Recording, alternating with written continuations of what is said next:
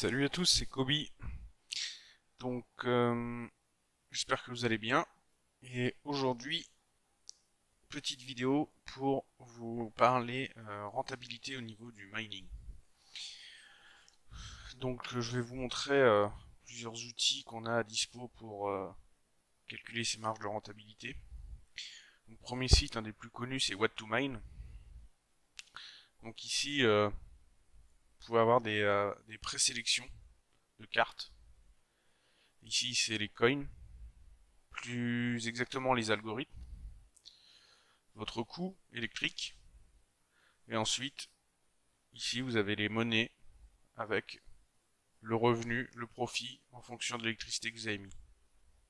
Par exemple, si on prend une 3080, aujourd'hui, on peut voir que la 3080 en minant du radian, on perd 1 centime par jour.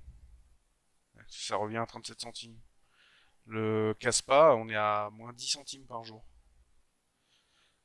Donc, c'est un outil qui peut vous aider à un peu avoir une estimation de votre rentabilité. Bon, bien sûr, toujours en fonction de votre coût électrique, hein. S'il y a des gens qui payent pas l'élec, eh ben, on peut avoir des très bonnes rentabilités pour les gens qui ont des panneaux solaires ou qui ne payent pas l'électricité, qui ont des avantages. Donc ça c'est What2Mine, un des plus connus. Et vous pouvez bien sûr ajuster en fonction des algos votre hash par seconde et la consommation de la carte. Vous pouvez aussi faire un compte et à ce moment-là mettre vos cartes graphiques avec vos overclocks. Enfin, votre hash. Ici, vous voyez, pour chaque algo, on peut paramétrer la carte. Et comme ça, après, on peut voir. On peut aussi sélectionner par coin.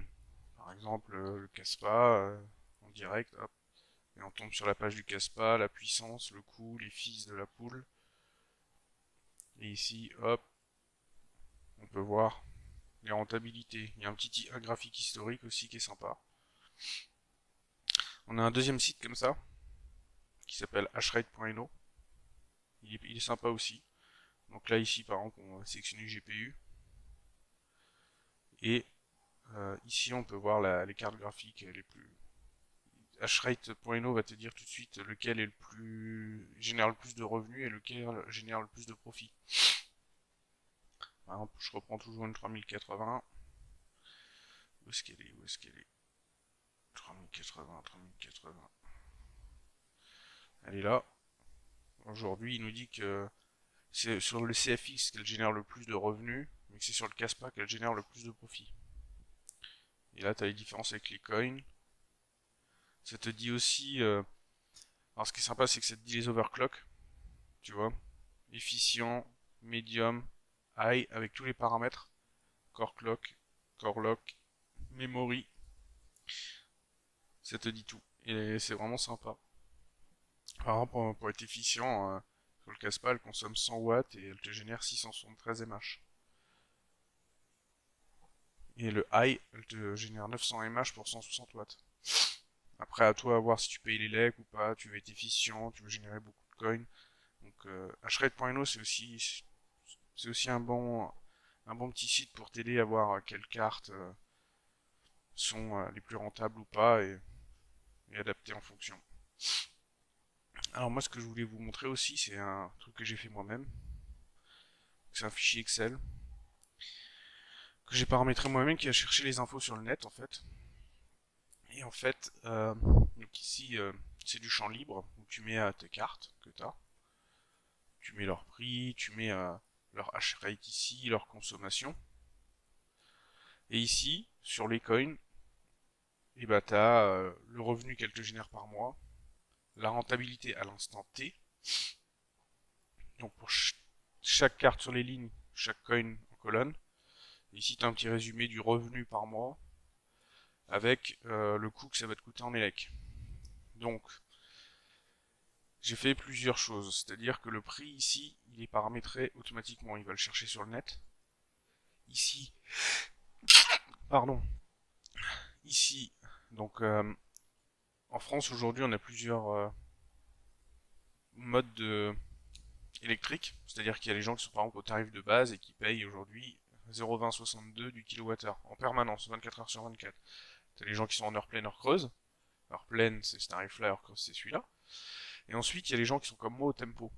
Donc t'as un coup pour le bleu, un coup pour le blanc, un coup pour le rouge. Je vous referai une vidéo sur le tempo. Mais aujourd'hui, pour moi, un mineur de crypto-monnaie, il faut absolument qu'il soit en tempo.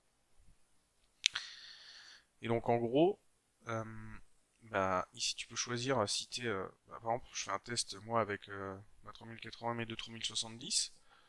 S'il y a... aujourd'hui on est quasiment rentable au niveau de l'élec à l'instant T. Par contre, si je basculais sur un tarif de base, bah, vous voyez que la rentabilité elle est tout de suite impactée parce que le coût électrique il est énorme. Il est vraiment énorme. Heure pleine, heure creuse, ça s'améliore et encore. Par contre, en jour bleu, bah là on y est quasiment. En jour blanc, moyen, on va dire. Et à jour rouge, bien sûr, c'est pas la peine. Un jour rouge, faut tout éteindre. Alors ce que j'aime bien aussi avec ce petit fichier, c'est de se dire, bon, aujourd'hui je mine par exemple du Caspa. Aujourd'hui, il me rapporte ça en coin et le prix, il est de ce tarif-là. Mais allez, je suis opportuniste et je dis que le Caspa un jour il va arriver à 50 centimes le coin.